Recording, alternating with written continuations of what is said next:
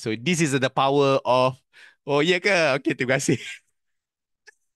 Inilah antara the power of yalah kalau kena ya perkara ni, tapi saya nampak benda-benda berkaitan dengan kucing ni memang senang lah berlaku uh, okey, nak membuatnya complicated ke Cik KB?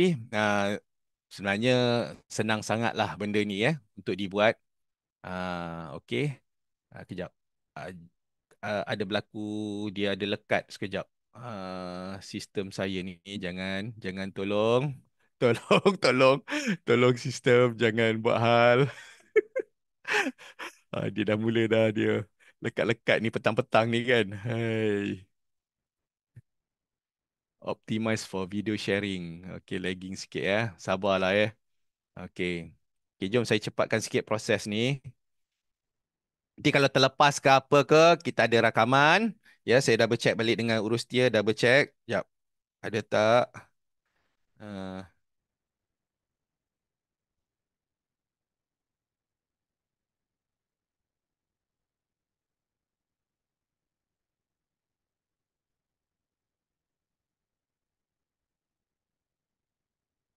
okay.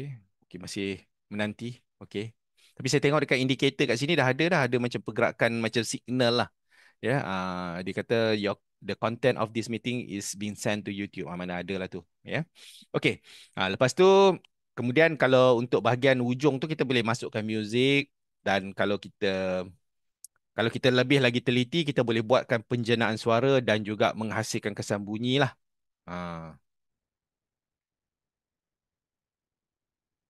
ada signal tu. Okey.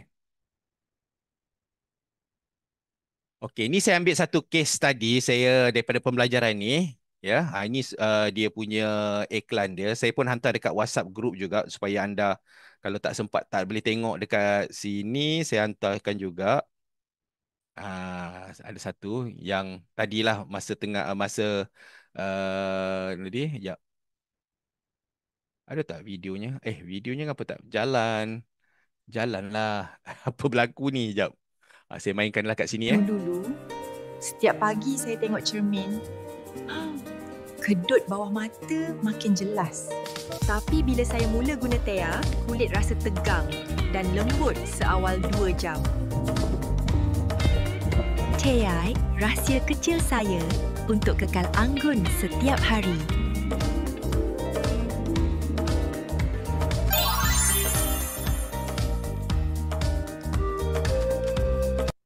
Hmm. Inilah salah satu kelakar itulah Wah, ni buat macam cepat-cepat je lah Ini dalam 2 jam lah siap. Sebab ada lah nyambil-nyambil ada benda kerja lain kan. Sambil-sambil buat pakai menggunakan kombinasi lah desktop dan juga telefon lah